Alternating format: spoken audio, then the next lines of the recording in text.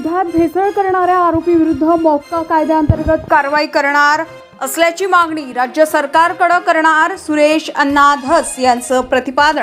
आष्टी तालुक्यातील कडा येथे दिनांक 4 ऑगस्ट रोजी पहाटे बीडचे जिल्हाधिकारी अविनाश पाठक आणि अन्न व औषध प्रशासन यांच्या पथकानं अंबादास चौधरी यांच्या साई दत्त एंटरप्राइजेसवर धाड टाकली। या धाडीमध्ये दुधात भेसळ करण्यासाठी लागणाऱ्या 607 पावडरच्या बॅगा आढळून आल्या। या बॅगची किंमत 20 लाखापेक्षा अधिक आहे।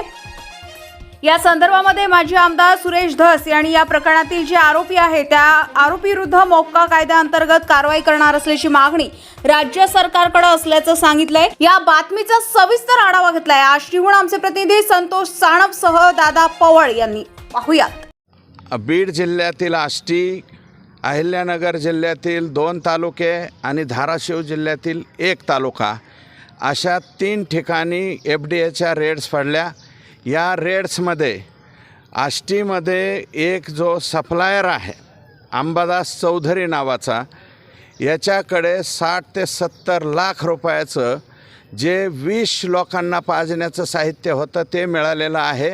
मिरजगावचं दूध FDAच्या तिथल्या कारवाईमध्ये पूर्णपणे प्लॅन्टमधलं दूध ओतून दिल्याचं मला कळतं आहे आणि इतर लोकांची सॅम्पलिंग झालेली आहे। या सगळ्या लोकांच्यावरती दूध आणि दुग्ध पदार्थामध्ये भेसळ करणाऱ्या लोकांच्यावरती मोका कायद्याअंतर्गत कारवाई करावी अशा प्रकारची मागणी मी राज्याचे मुख्यमंत्री आणि दोन्ही उपमुख्यमंत्री आणि दुग्ध विकास मंत्री विखे पाटील साहेब यांच्याकडे करणार आहे।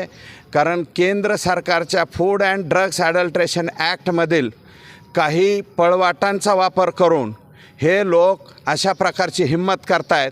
त्याच्यामुळं राज्याचा FDAचा स्वतंत्र कायदा असावा किंवा अशा प्रकारची महाराष्ट्रामध्ये कुठेही काही घटना घडली तर त्याच्यामध्ये मोका लावण्यात यावा आणि हा निर्णय येणारी कॅबिनेट किंवा पुढचं, कारण गुटखाचा निर्णय एका आठवड्यात घेण्यात आला होता, वाळू माफियाचा निर्णयसुद्धा एका आठवड्यात घेतला होता, दुधाचासुद्धा तसा निर्णय एकाच आठवड्यात या ठिकाणी करण्यात यावा अशा प्रकारची विनंती आहे। आष्टी तालुक्यातील कडा येथे एका गोडाऊनावर धाड टाकून अन्न प्रशासन आणि बीडचे कलेक्टर यांनी संयुक्त एक धाड केली आणि त्यामध्ये आष्टी तालुक्यात दुधात भेसळ करण्यासाठी जी पावडर वापरत असतात ती पावडर पकडली होती।